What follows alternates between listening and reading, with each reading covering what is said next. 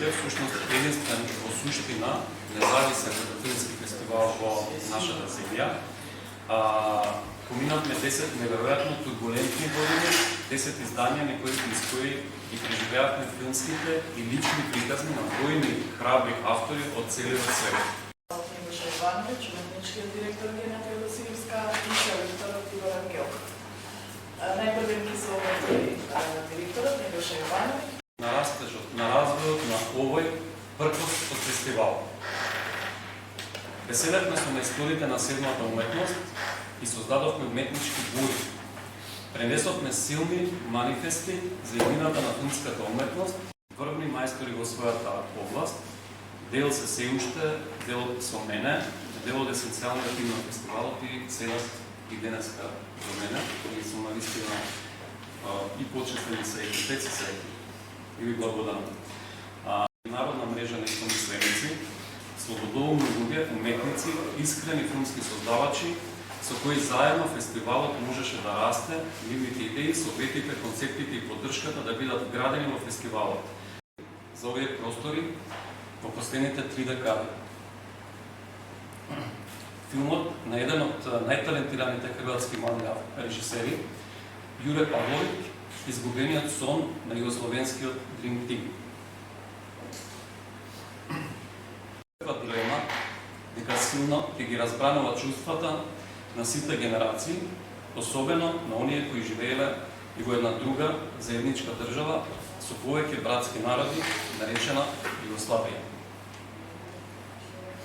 Тони Кукоч, Владе Дивац, Зоран Ивановиќ, Жарко Паспај и останати, а неколку од овие легенди бидат дел од свеченото отворење на македонската премиера на филмот на Кинено во Скопје. Десло да ги објавам, најпрво денеска го имаме тука е нашиот Владимир Самойловски, кој што меѓу другото можам да кажам дека е навистина и неговото дело е инспиративно и за мене како автор и од секогаш сум уживал во неговите дела како кинематографер на бројни македонски мои колеги.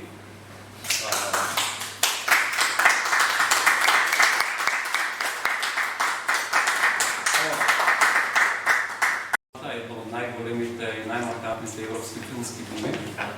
Тоа е Лив Улман, сите позната. Третиот добитник, кој што добива наградата за особен придонес во филмската уметност, е годинашниот победник на Берлиналето, тоа е Даг Јохан Каугер. Значи, покрај македонска вечер на отворањето, така види една норвешка вечер, видим ја нарекол. Значи, чест на едни големи норвешки автори.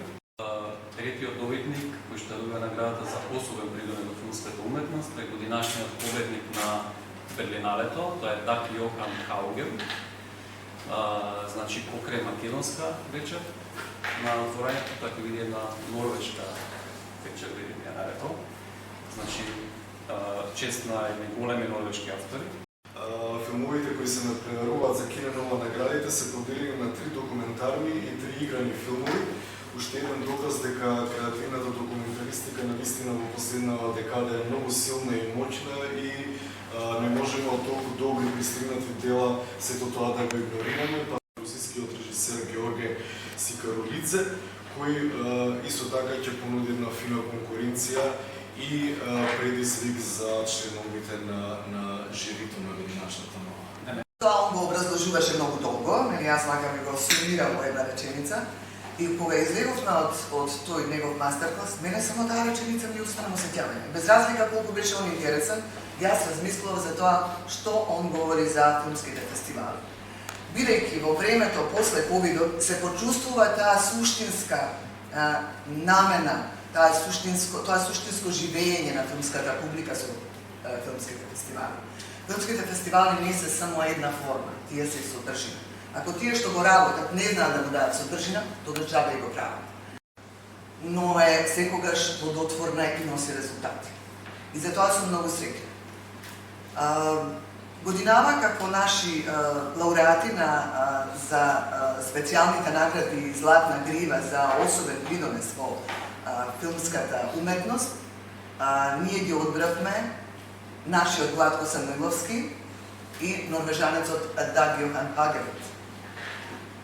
Би сакала прво малку да кажам за Даг Йохан Хагерут, кој што ќе ни биде гостин на 28 на нашата пресконференција, исто и Владко, но ние решивме Владко малку повеќе да го искористиме додека е тука и додека не снима филмови и денеска е со нас. Даг Йохан Хагерут е едно велат ново име, свежо име во норвешката кинематографија, тоа и во европската, бидејќи со своето познавање на литературата, тој, како да и приоѓа на филмската уметност со една спонтаност, но и со една бунтовност.